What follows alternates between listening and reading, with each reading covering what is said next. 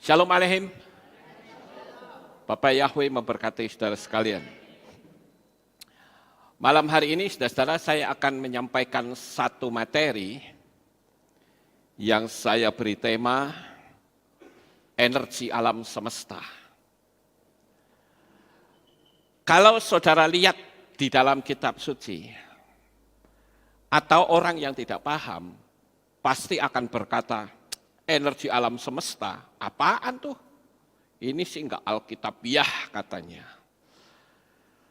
Oleh karena itu, saya perlu memberikan teks kitab suci bacaan kita dulu ya, saudara-saudara.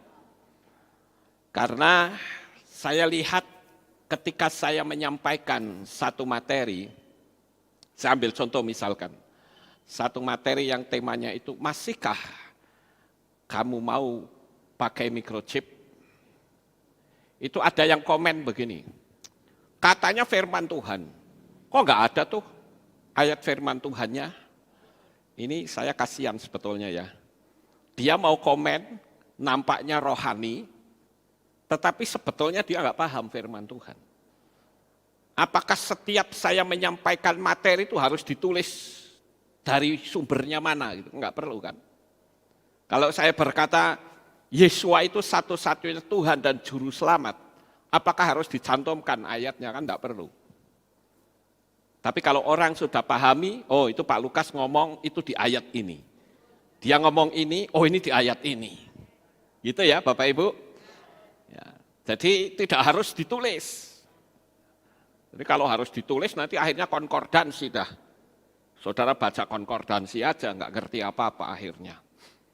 Jadi malam ini saya akan coba untuk memberikan pengajaran tentang apa itu energi alam semesta. Kita baca terlebih dahulu ayatnya ya, di dalam kitab 1 Timotius pasal 5 ayat 22. Janganlah engkau terburu-buru menumpangkan tangan atas seseorang, dan janganlah terbawa-bawa ke dalam dosa orang lain, jagalah kemurnian hatimu. Apa sih maksud ayat ini, saudara-saudara? Menumpangkan tangan saja kok nggak boleh ya, jangan terburu-buru. Maksudnya apa itu? Lalu di bagian tengah dikatakan jangan terbawa-bawa ke dalam dosa orang lain. Loh apa sangkut pautnya dosa dengan menumpangkan tangan? Tentu kalau kita hanya membaca sekilas seperti itu, kita nggak akan paham, saudara-saudara. Tetapi sekalipun demikian, banyak orang-orang pada umumnya, baik dunia Kristen, dunia Katolik, bahkan dunia di luar keagamaan itu banyak mempraktekkan masalah menumpangkan tangan. Tetapi sayang sekali orang itu tidak memahami akan aturan sistemiknya Tuhan. Sehingga pokoknya ditulis menumpangkan tangan, ya udah menumpangkan tangan.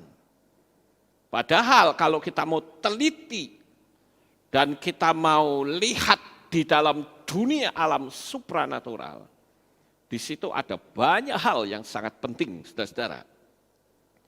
Dan kalau kita melihat apa yang Paulus katakan, sebetulnya sedang berbicara tentang alam semesta.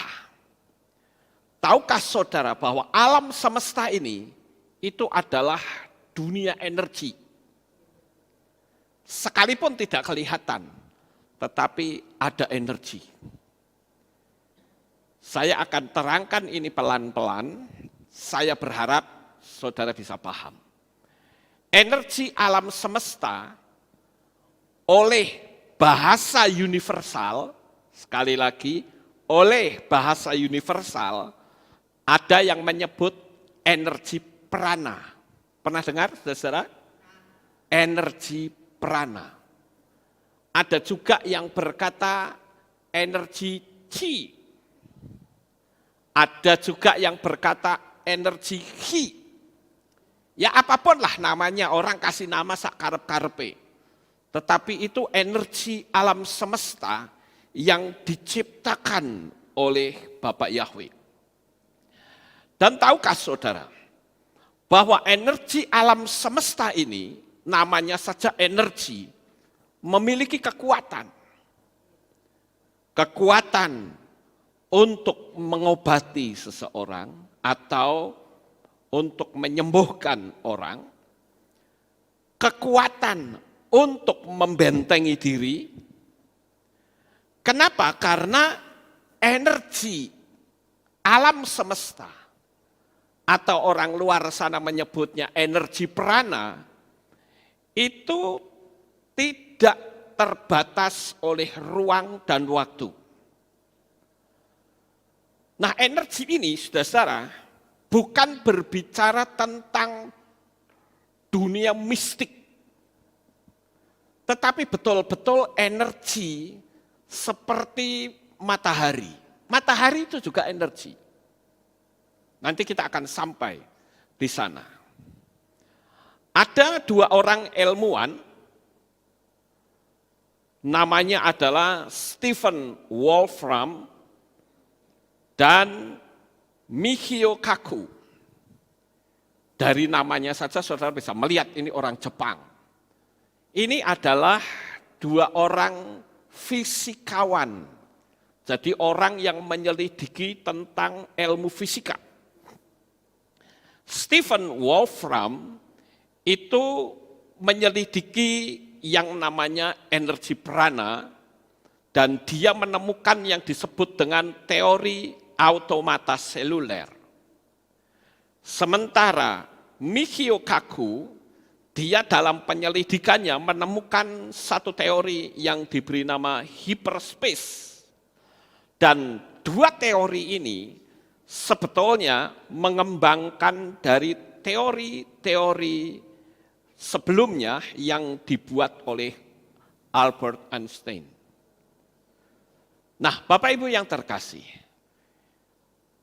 dua ilmuwan ini, khususnya Michio Kaku, dia sampai menerbitkan satu buku yang diberi nama Hyperspace.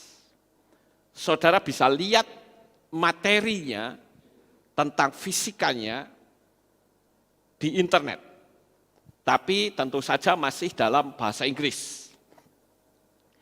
Tetapi saudara, saya tidak akan menceritakan tentang teorinya mereka. Tetapi saya akan menceritakan tentang energi alam semesta itu sendiri dengan bahasa yang mudah dipahami. Nah, Bapak Ibu yang terkasih, dua orang ini menemukan bahwa energi alam semesta itu sangat dahsyat sekali. Dia bisa membentengi manusia, dia bisa menyembuhkan manusia saat dia sakit. Tetapi sayang sekali, banyak orang yang tidak paham akan hal ini. Dan perlu saudara ketahui bahwa ada seorang ilmuwan yang bernama Theodor Kaluza. Nah, Theodor Kaluza itu ada di tahun 1921. Dia meneruskan riset Einstein dengan berkata bahwa riak pada dimensi kelima dapat dilihat sebagai cahaya. Selanjutnya, untuk menjawab dimensi yang lebih besar dari 5, maka Michio Kaku menjelaskannya dengan teori yang disebut superstring. Michio Kaku menyimpulkan segala proses yang terjadi sehari-hari, terutama energi prana, dapat dijelaskan. Mengingat superstring memiliki dimensi lebih besar, yaitu 10 dimensi. Namun energi prana tidak terbatas. Cahaya yang tergabung dalam 10 dimensi tersebut. Jadi energi prana itu lebih tinggi dimensinya. Meskipun ilmu fisika terus berkembang Dan belakangan ini beragam konsep baru bermunculan. Tetapi saudara-saudara, kita melihat bahwa konsep-konsep yang bermunculan itu tidak berhenti sampai pada 10 dimensi yang ditemukan oleh Michio Kaku. Namun dari beberapa uji eksperimen data klinis dan penelitian laborat mengenai energi prana diawasi oleh Healing Consultancy di India, membuktikan bahwa energi prana itu lebih efektif dalam beberapa kasus penyembuhan medis. Ini saya baca dari bahasa bahasa pengetahuan, saudara-saudara. Jadi mungkin saudara dengar apa yang saya baca tadi agak bingung, maksudnya apa? Nah itulah kalau pakai bahasa-bahasa yang medis, bahasa-bahasa pengetahuan, kadangkala kita bingung, maksudnya apa? Makanya lebih baik saya terangkan lebih dengan menggunakan bahasa yang gampang. Nah Bapak Ibu yang terkasih, penggunaan prana itu sebagai penyembuhan. Jadi kalau saya bicara prana, itu sama dengan energi alam semesta. Sekali lagi, alam semesta ini adalah energi.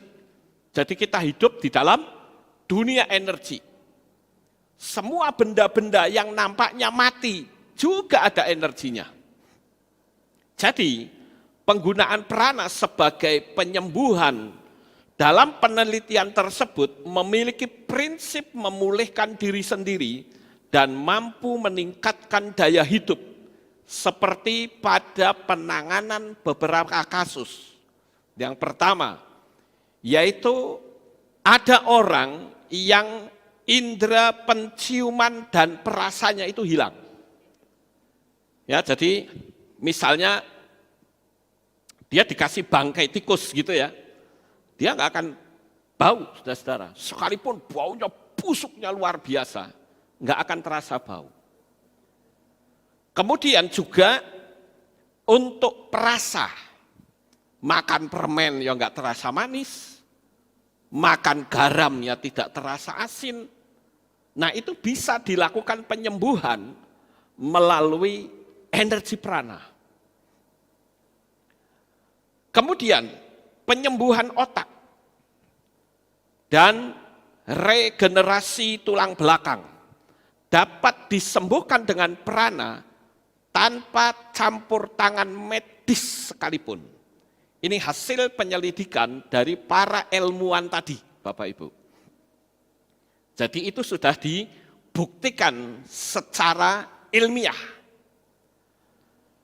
Nah, energi prana itu bisa ditransferkan melalui penumpangan tangan. Sampai di sini paham Bapak Ibu? Jadi energi prana itu bisa ditransferkan melalui penumpangan tangan. Nah, sekarang coba saudara perhatikan dari gambar-gambar ini. Kelihatan nggak ya itu dari belakang? Coba saya matikan ya lampunya.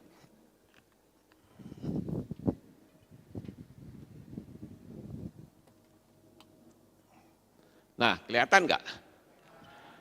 Mulai kelihatan ya, agak kelihatan sedikit.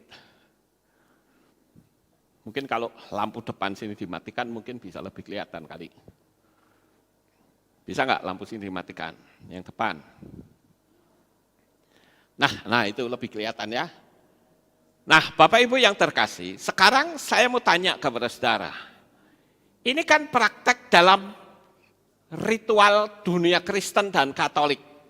Betul ya Bapak Ibu? Sekarang pertanyaannya, penumpangan tangan yang paling benar dari semua ini, itu yang mana? Yang mana ini penumpangan yang benar, saudara-saudara? Ini satu, ya kiri atas satu, kanan atas dua, kiri bawah tiga, tengah empat, kanan lima. Sekarang ini ada 5 gambar, yang benar yang mana?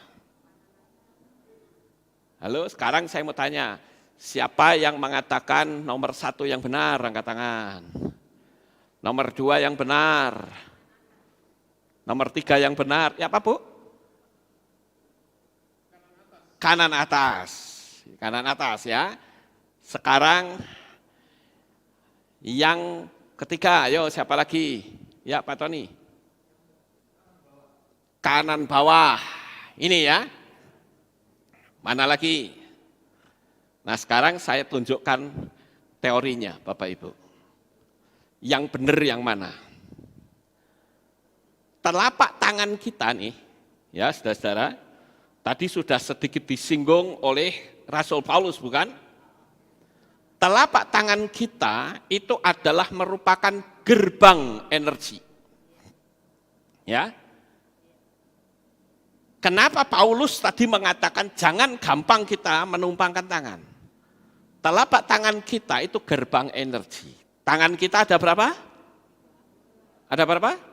2. Tahukah saudara bahwa tangan kanan itu adalah untuk transfer,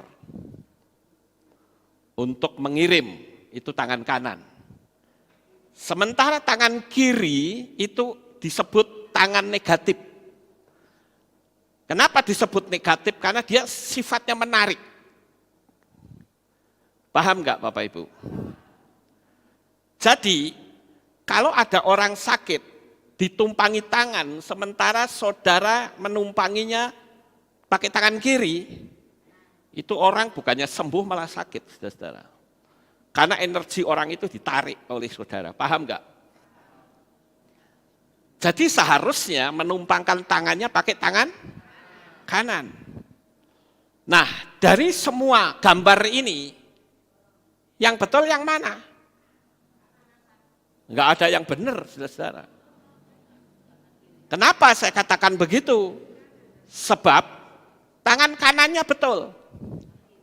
Tetapi tangan kirinya harusnya dia menarik energi alam semesta. Paham enggak? Jadi kalau menumpangkan tangan itu kayak begini Bapak Ibu. Ini tak contoh nih ya.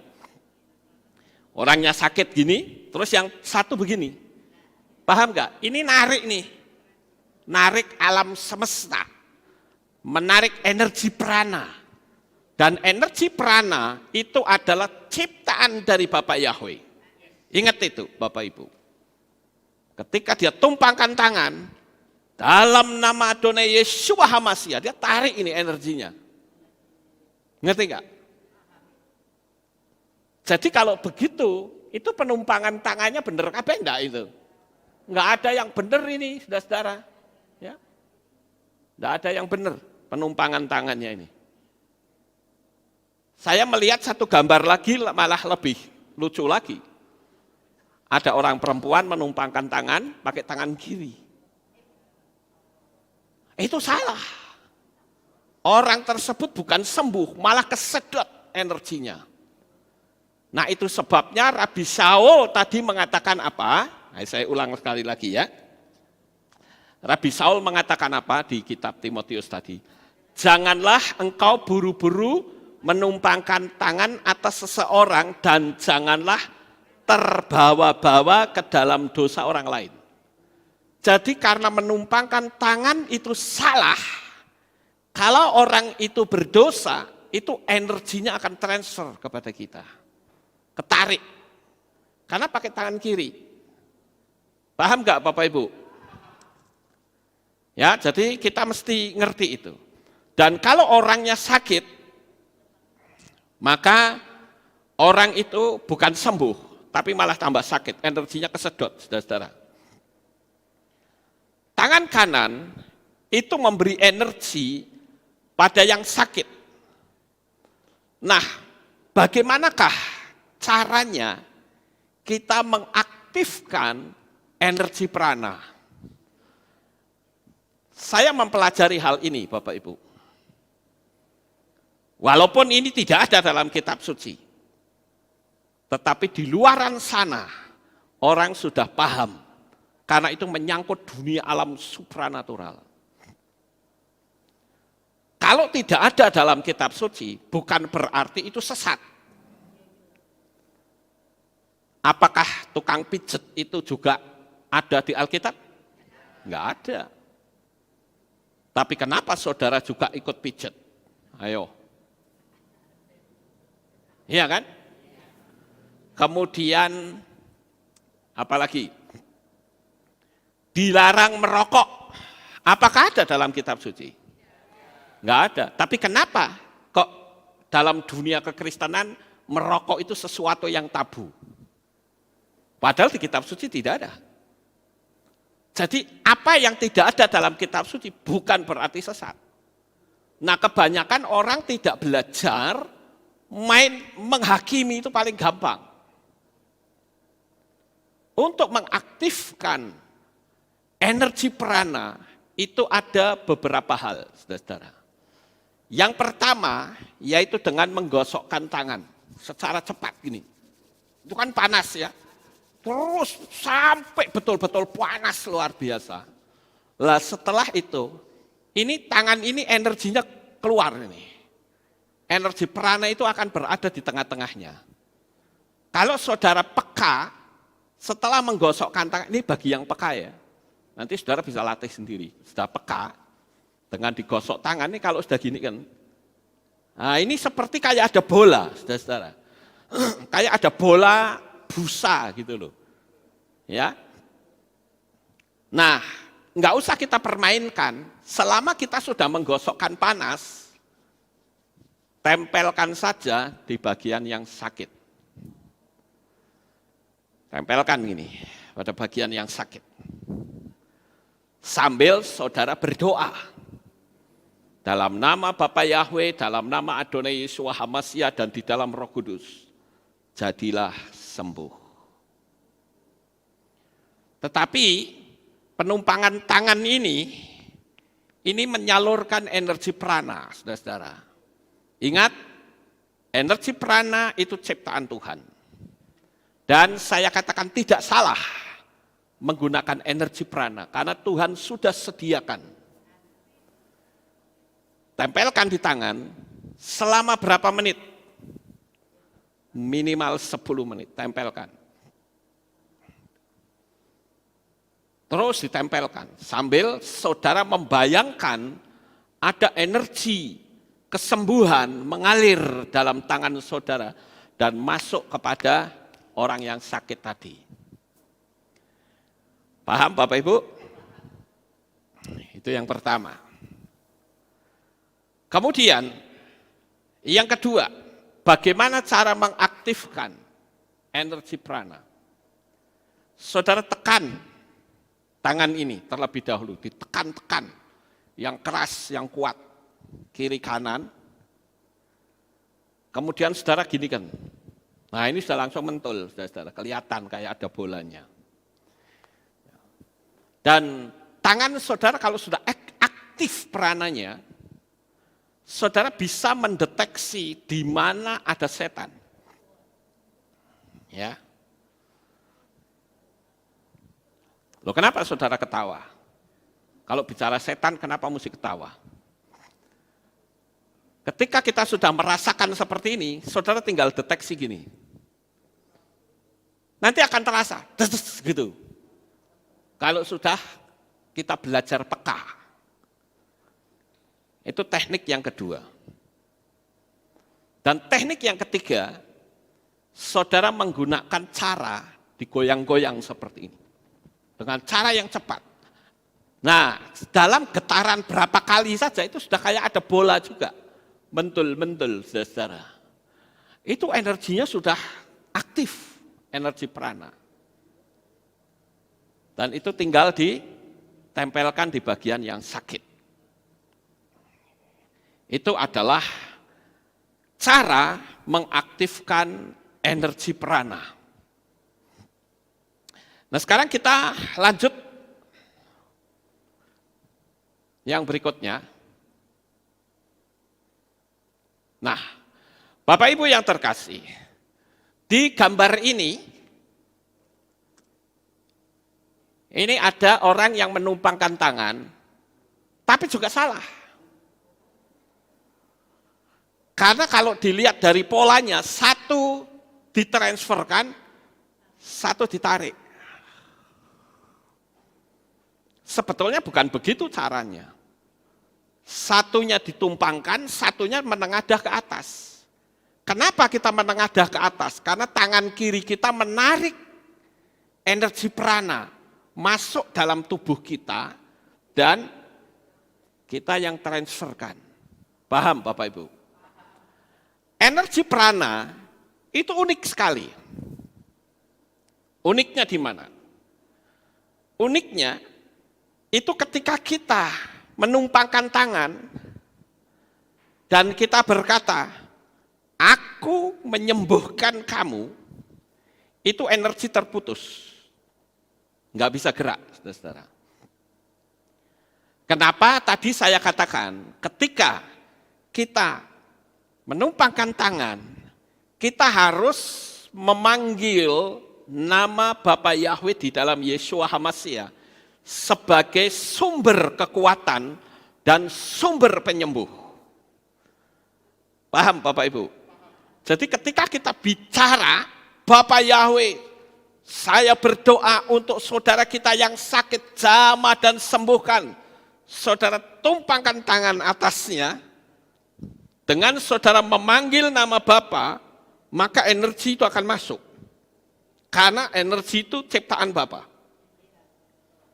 Dia masuk. Dan dia akan transfer melalui tangan kita. Sekarang pertanyaannya, bagaimana seandainya orang yang sakit di bagian alat vital? Apakah kita perlu menjamah orang itu? Buka gitu. Tidak, sudah tidak perlu. Orangnya suruh menumpangkan tangan atas yang sakit. Sementara kita mentransferkan di pundaknya juga bisa. Paham Bapak Ibu? Jadi ketika orang itu yang sakit di bagian alat vital, suruh dia tumpangkan tangan. Tangan kanannya menumpangkan tangan di bagian yang vital, sementara tangan kirinya suruh mengangkat. Dan kita mentransferkan melalui pundaknya atau kepalanya boleh. Paham Bapak Ibu? Saya harus menerangkan seperti ini. Karena kalau tidak orang bisa salah sangka. Dan untuk menumpangkan tangan atas yang sakit, itu sangat efektif apabila dia langsung bersentuhan dengan kulit. Tetapi bagaimana apabila seseorang itu berdoa? Maka dia berdoa dengan menengadah tangan seperti ini. Itu baru benar doanya. Seperti yang di sebelah sini, ini benar doanya, saudara-saudara. Dia menengadah. Sementara dalam dunia Kristen pada umumnya, mengatupkan tangan.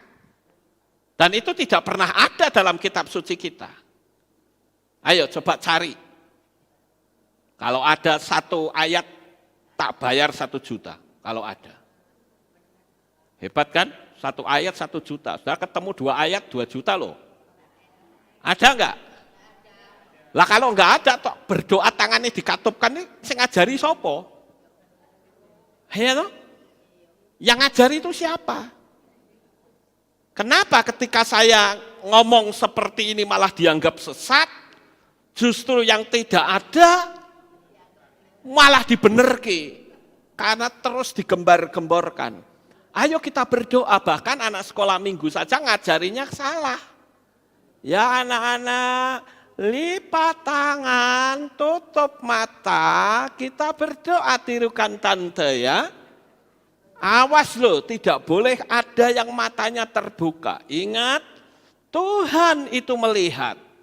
Kalau sampai anak-anak berani buka mata, nanti dicolok sama Tuhan matanya. Loh ada yang seperti itu loh saudara-saudara. Mungkin saudara tertawa, tapi saya pernah dengar ada guru sekolah minggu yang ngajari seperti itu. Tapi bukan di Kehilat kita. Itu dulu pada waktu saya masih remaja. Saya bilang kayaknya kok unik deh doa ini. Sepertinya kok salah ya doanya. Saya juga mengingat doa yang salah lagi. Seorang pemimpin pujian berdiri di belakang mimbar lalu berkata, mari saudara kita berdoa untuk ibadah pada sore ini. Lalu dia berdoanya begini, Tuhan kami minta urapi kebaktian sore ini. Baik puji-pujian dan terlebih-lebih firman-Mu. Itu salah doa yang begitu, saudara-saudara. Emangnya yang diurapi itu hanya firman Tuhan saja? Tidak, firman Tuhan malah mengatakan Bapa Yahweh itu bertahta di atas pujian. Ini kan salah, tapi kenapa kok tidak ada yang berani kritik? Apa mungkin mereka tidak tahu atau sudah biasa? Kemarin bahkan ada orang yang tanya sama saya, Pak Lukas saya mau tanya, apa betul orang yang sudah mati itu bisa berdoa untuk kita yang ada di dunia ini? Saya bilang mana ayatnya? Orang yang sudah mati ya sudah urusannya sama Bapak Yahweh. Ngapain urusan sama dunia ini? Iya toh? Sudah putus hubungan. Perjalanan rohnya itu sudah miliaran kilometer, saudara-saudara. Sudah nggak bisa dilihat lagi. Kok dibilang masih berdoa untuk kita? Itu kan ngawur namanya, saudara-saudara. Nah ini, jadi kalau saya menerangkan hal yang benar, karena tidak biasa dalam dunia kekristenan, dianggap sesat. Pokoknya yang penting wis umum-umum wae katanya. Lah saya tidak mau. Kebetulan saya beberapa hari ini saya mendapatkan support dari banyak orang yang berkata maju terus Pak Lukas. Bapak menyampaikan materi beda dengan yang lain. Saya agak sukacita juga, saudara-saudara. Saya bersukacita, kenapa? Karena berarti ada orang yang suka juga. Karena saya menyingkap dunia alam supranatural. Nah kembali lagi tentang masalah penumpangan tangan, tangan kanan dan tangan kiri. Apa sih bedanya? Mungkin saudara akan berkata begini, apa sih susahnya mau kanan kiri kayak sama saja. Itu kan dalam tubuh kita. Ya karena kita tidak tahu. Tapi coba saudara lihat di dalam kitab Bereshit 48 ayat 13 sampai 18. Di situ diceritakan Yakob memberkati cucu-cucunya. Nah di situ saudara-saudara, Yakob itu memberkati Manasye sama Efraim. Ya. Nah ternyata Yakob dalam berdoa itu ditumpangkan tangannya nyilang begini. Yosef itu protes loh, saudara-saudara. Ayo coba kita baca ayatnya. Saya bacakan ayatnya ya. Dalam Bereshit 48 ayat 13 sampai 18. Dan Yosef membawa keduanya, Efraim di tangan kanannya, pada sebelah kiri Israel itu Yakob ya, dan Manasye di tangan kirinya, pada sebelah kanan Israel. Dan dia mendekatkannya kepadanya. Tetapi Israel mengulurkan tangan kanannya dan menumpangkan ke atas kepala Efraim. Meskipun dia lebih muda, dan dengan tangan kirinya di atas kepala Manasye, dia telah menyilangkan tangannya karena Manasye yang sulung. Dan dia memberkati Yosef dan berkata, Elohim yang di hadapannya leluhurku Abraham, Yitzhak menjalani kehidupan, Elohim yang memelihara aku selama hidupku sampai hari ini. malaikat yang telah melepaskan aku dari segala bahaya. Biarlah dia memberkati anak-anak muda ini.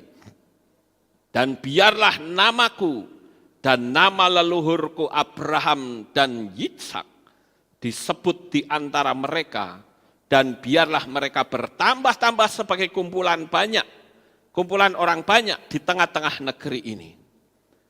Ketika Yosef melihat bahwa ayahnya meletakkan tangan kanannya di atas kepala Efraim, dan hal itu tidak baik di matanya, maka dia menggenggam tangan ayahnya untuk memindahkannya dari atas kepala Efraim ke atas kepala Manasye. Dan Yosef berkata kepada ayahnya, "Janganlah demikian ayahku, karena inilah yang sulung. Tumpangkanlah tangan kananmu di atas kepalanya." Nah, ini saudara-saudara.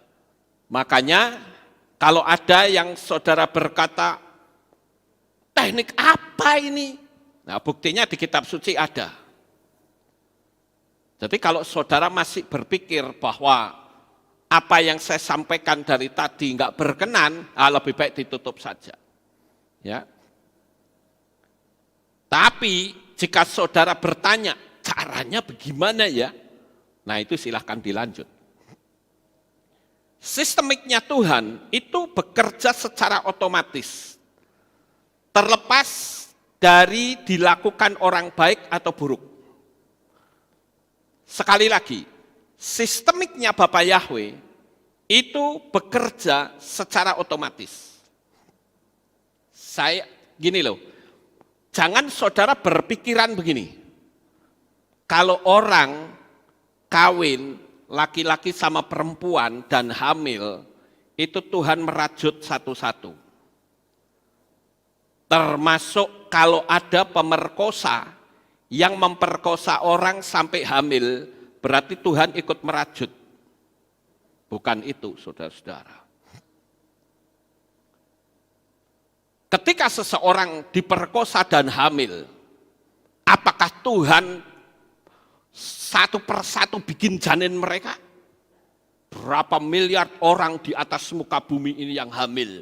Jadi kerjaannya Tuhan menggawe anak, saudara-saudara. Bukan begitu, saudara-saudara. Itu bekerja secara sistemik. Jadi itu tercipta secara sistemik. Kecuali, sekali lagi, kecuali kehamilan itu direncanakan dengan doa. Disitulah Tuhan ikut ambil bagian. Ayatnya mana? Di dalam kitab Tehillim pasal 139 ayat 16. Matamu sudah melihat selagi aku bakal anak, dan pada kitabmu akan dituliskan seluruh hari-hari mereka dibentuk, meski belum ada satupun di antara mereka. Jadi Tuhan itu merajut orang-orang yang direncanakan di dalam doa. Namun demikian, perhatikan baik-baik saudara-saudara, jangan salah. Namun demikian, sekalipun akibat dari pemerkosaan, tetapi Tuhan bersedia untuk memberikan kehidupan orang atau bayi yang dilahirkan dari hasil pemerkosaan menjadi orang yang sukses. Sampai di sini paham nggak bahasa saya ini, saudara-saudara? Saya ulang sekali lagi. Sekalipun ada orang yang diperkosa sampai hamil dan melahirkan bayi, tetapi Tuhan punya rencana pada bayi yang sudah dilahirkannya itu untuk membuat bayi itu kelak menjadi orang yang sukses. Ya Bapak Ibu, saya berharap saudara bisa paham kata-kata ini. Saya ulang sekali lagi. Tuhan memang tidak merencanakan adanya orang diperkosa lalu melahirkan anak. Itu bukan rencana Tuhan. Seperti saya ambil contoh waktu David bersama dengan Batsheba. Iya kan? Dia melahirkan. Tapi apakah itu direncana? Tidak. Tentu akhirnya anaknya juga mati. Tetapi kalau toh anak itu hidup, Tuhan akan memberikan pertolongan kepada anak yang dilahirkan itu untuk hidup sukses. 3 kali loh saya sudah ngomong ya. Saya berharap saudara bisa paham di sini. Nah, sekarang kita lanjut saudara-saudara. Di dalam kitab Tehillim 139 ayat yang ke-13. Ayat yang ke-13 dikatakan, sebab engkau telah membentuk buah pinggangku. Engkau merajut aku dalam kandungan ibuku. Nah, ini adalah kelahiran yang betul-betul direncana. Jadi jika kita jumpa ayat itu harus dilihat arah pembicaraannya kemana. Sekarang pertanyaannya, kenapa harus menggerak-gerakkan tangan? Bukankah di kitab suci itu tidak ada? Bagaimana juga dengan merokok? Tadi saya sudah terangkan di depan saudara-saudara, bahwa merokok juga tidak ada dalam kitab suci. Orang pijetan juga enggak ada, cari itu orang pijetan, enggak ada saudara-saudara. Jadi saya katakan terlalu banyak rahasia alam semesta yang belum tersingkap, yang tidak ditulis dalam kitab suci kita. Jadi, kalau saudara yang protes tetapi masih kepo, coba terangkan sesatnya itu ada di mana. Biasanya orang kalau ngomong sesat, dia tidak bisa menerangkan. Harusnya kan diterangkan panjang lebar ya. Enggak. Mereka cuma, ini enggak ada dalam kitab suci kita. Ya sudah, lebih baik tutup saja. Saya tak ngomong sama yang mau belajar. Energi prana ini, saudara-saudara, akan aktif dan bermanfaat untuk mendeteksi adanya setan.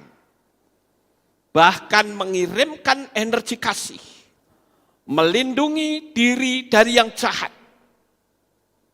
Sekarang coba saudara lihat, kita lanjut yang berikutnya. Materi penumpangan tangan, itu sebetulnya pernah saya sampaikan di bulan Desember tanggal 6 tahun 2019. Saya pernah menyampaikannya. Judulnya adalah penumpangan tangan ini di hari Sabat. Ya. Nah, saya akan berikan sedikit kesaksian Bapak Ibu. Pada waktu saya ke Israel 2 kali dari kemarin, saya mengalami semacam radang sendi yang sangat parah. Pada saat saya mau makan, itu tangan kiri saya, itu untuk ngangkat 1 sendok itu tidak bisa, saudara-saudara. Bayangkan seperti apa parahnya. Sendok 1 itu loh, angkat gini. Sakitnya minta ampun. Nah, saya tahu bahwa kondisi seperti ini tidak ada tempat yang bisa saya mintain obat, enggak ada.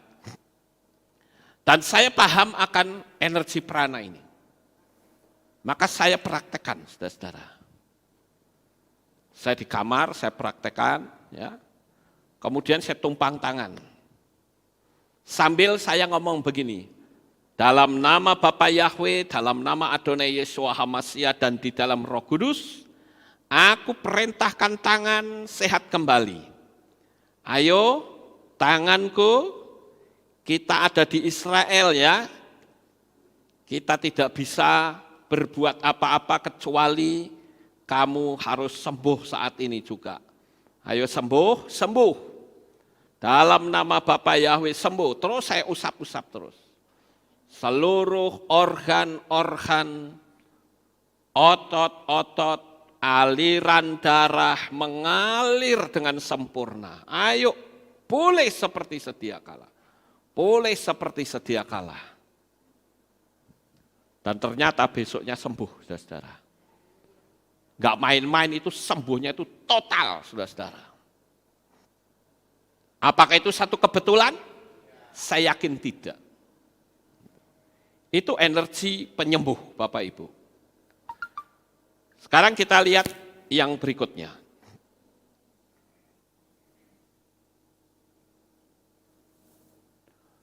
Kita pun bisa melakukan hal ini di alam supranatural.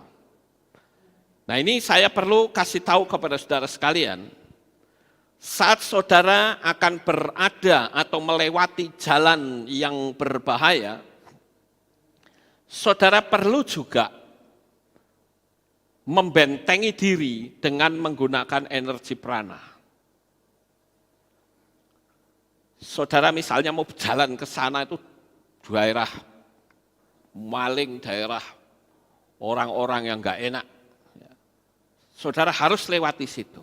Atau saudara melewati kuburan. Mau coba boleh malam ini, saudara-saudara. Ini mumpung malam, saudara pergi ke Giri Loyo. Ya.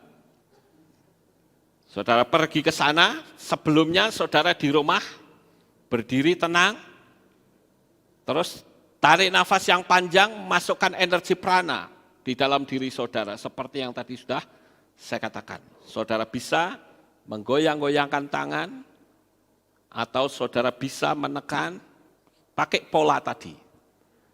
Kemudian saudara pejamkan mata dan bayangkan bahwa saudara itu diselubungi. Saudara bisa bayangkan dan katakan, dalam nama Bapa Yahweh, saya selubungi diri saya dengan energi daripadamu.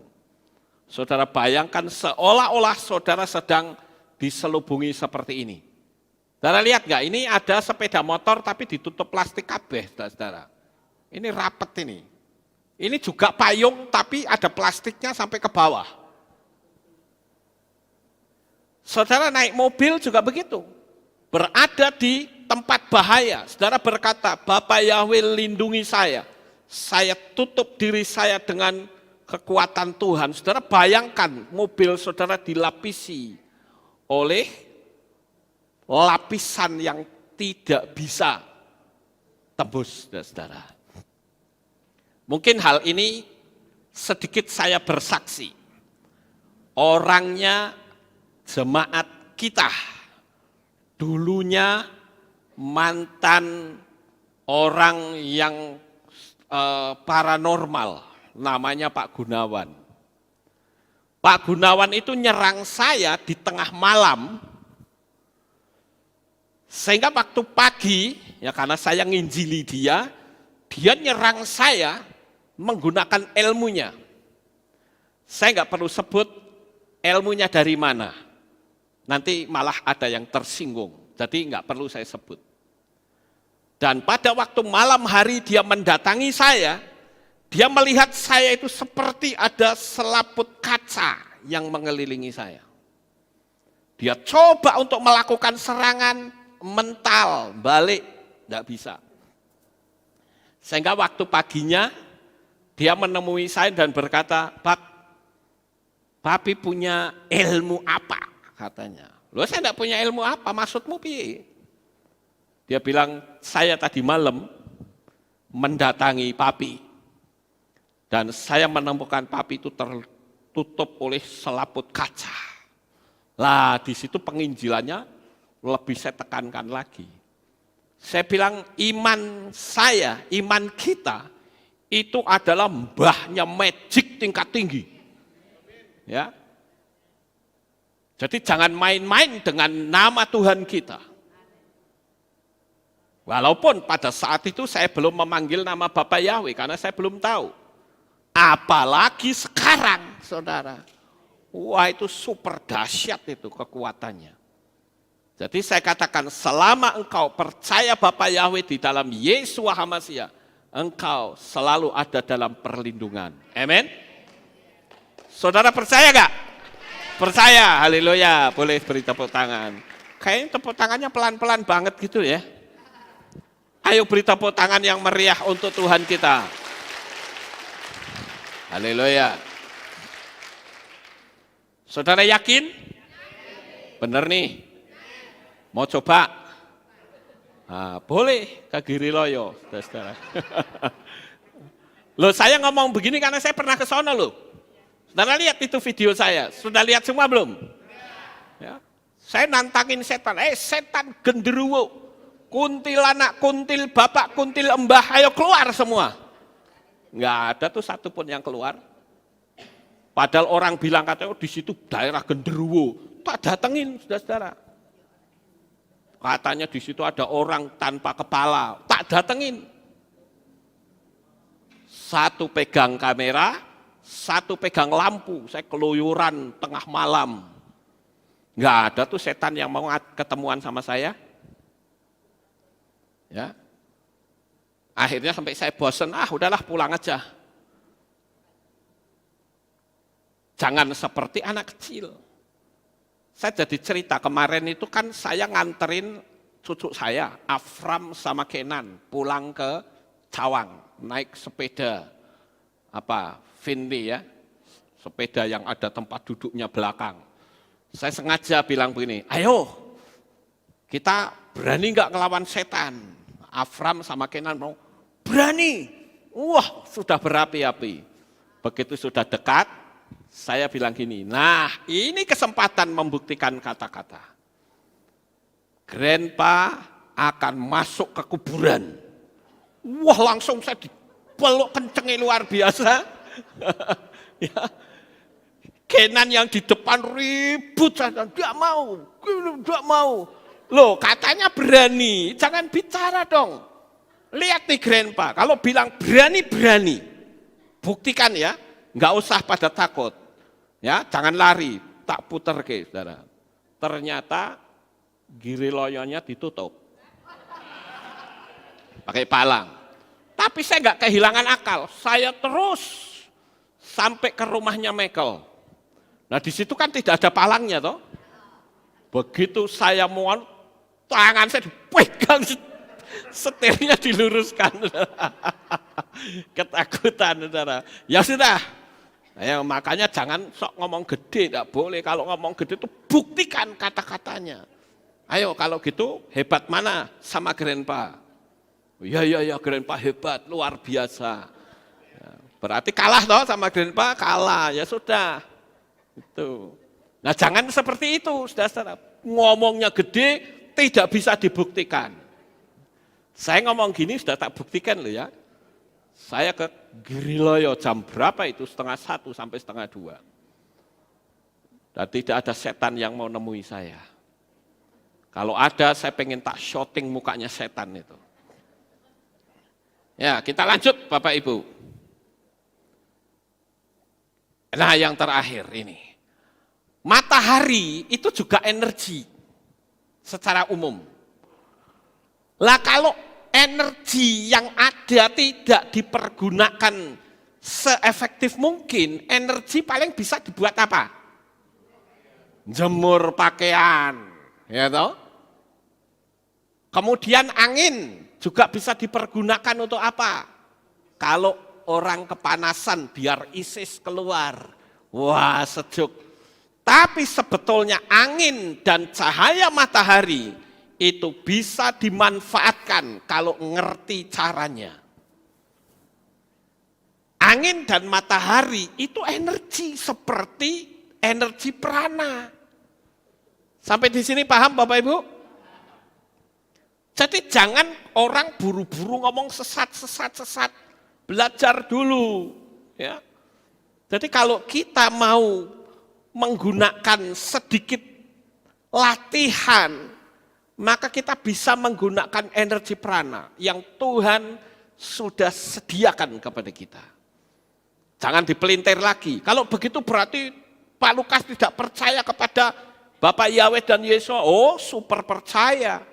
Sangat percaya. Justru kalau kita menggunakan tenaga prana, kita harus panggil si pemilik dan si pencipta energi prana itu sendiri.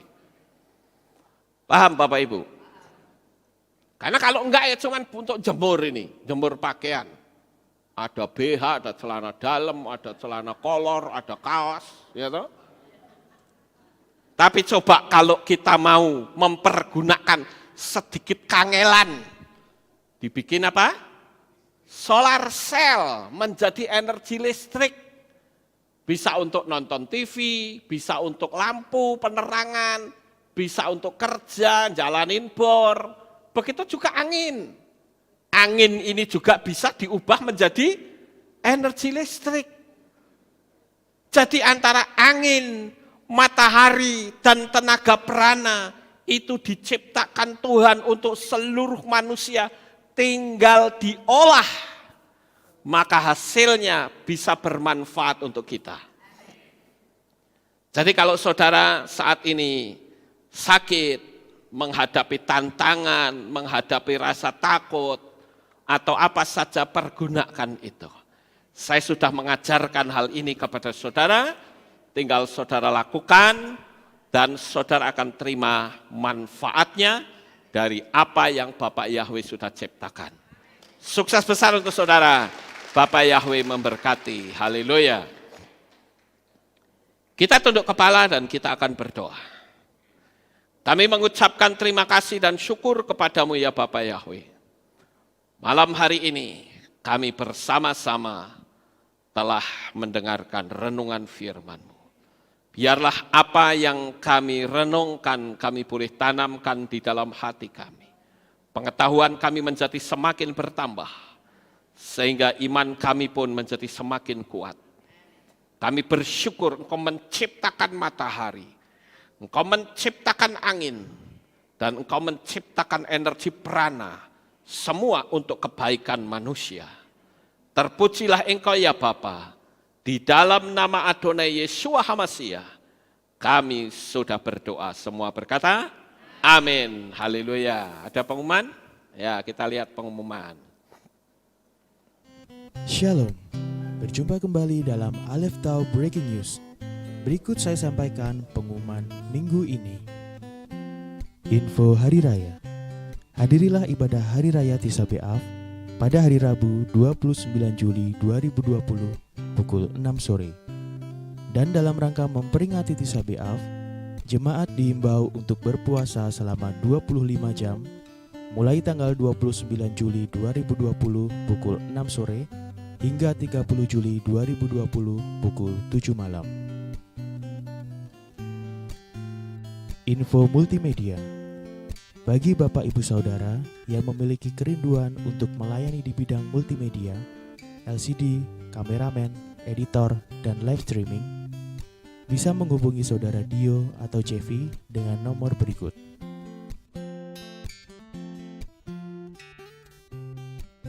Demikian pengumuman minggu ini. Sukses besar untuk saudara. Bapak Yahweh memberkati.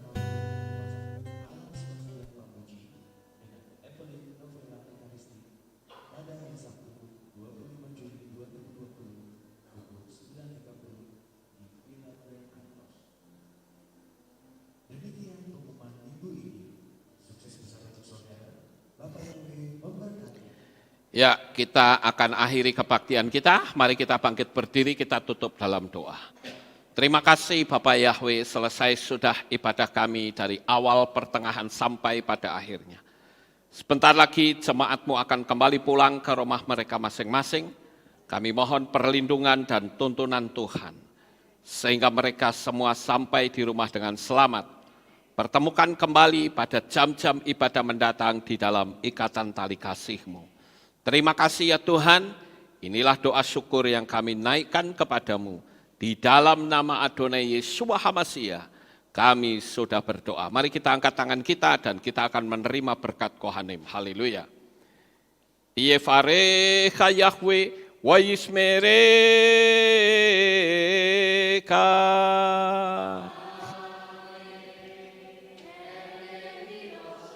Yair Yahweh panau eleka. Wihuneka.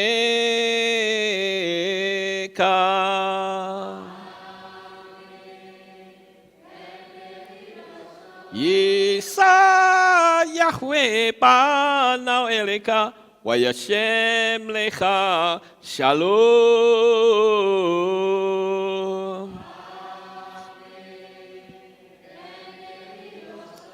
Baruk ata pair ufaruk ata besadeh, engkau akan diberkati di kota dan kau akan diberkati di ladang. Baruk peripitne kau friatmat kau frifahem teka syekar ala peka wa esterotsoneka. Diberkatilah buah kandunganmu, diberkati hasil bumimu, diberkati hasil ternakmu, anak-anak lembumu dan anak-anak dombamu. Baruk tanah kau misyarteka, diberkatilah bakulmu dan tempat adonanmu. Baruk ata boboy, kau faruk ata berseteha, dan kau akan diberkati pada waktu engkau masuk, dan kau akan diberkati pada waktu engkau keluar.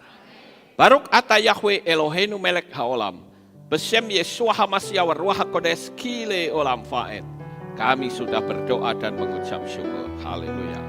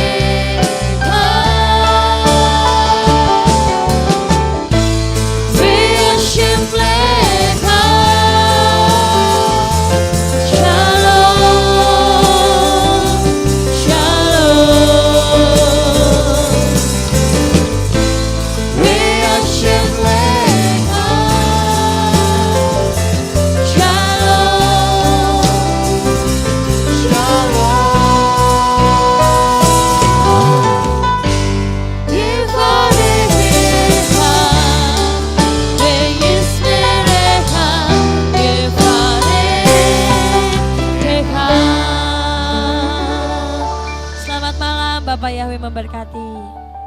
Dikala ku berdoa, teringat kamu.